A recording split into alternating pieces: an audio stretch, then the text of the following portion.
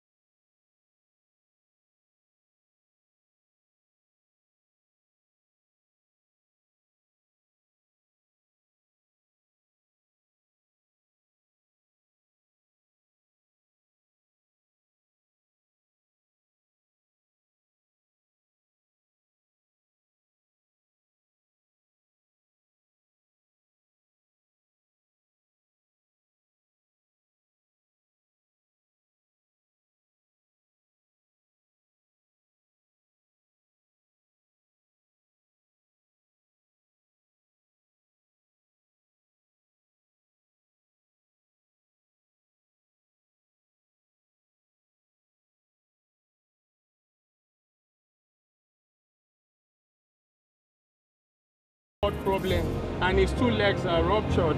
So well, what can I do for you? Please go straight to the point. We need some money for his physiotherapy and orthopedic, and the doctor said we should go and bring 1.6 million. Okay. I've been able to also struggle to raise 650,000, and Okay. I'm running around now to get the remaining money, sir.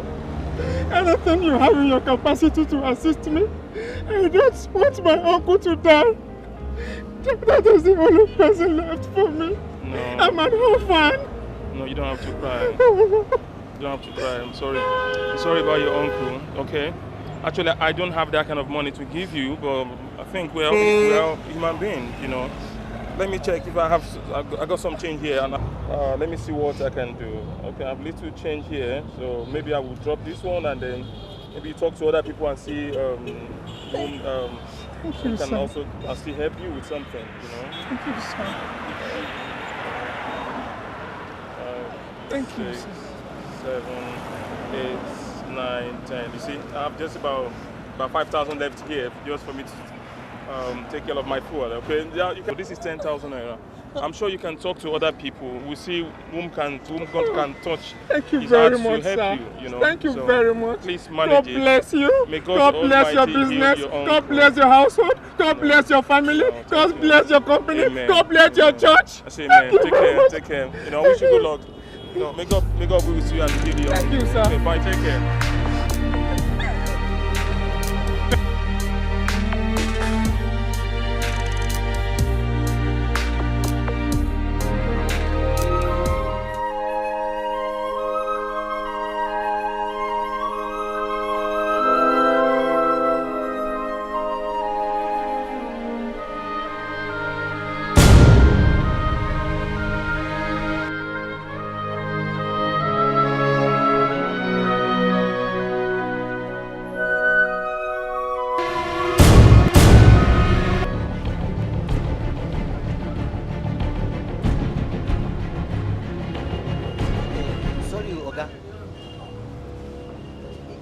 Say I know you.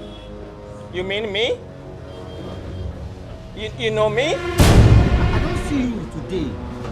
I'm not sure it's me, because I'm just entering into the country now from USA. Sorry. Or you want me to pay for your meal? No. Okay.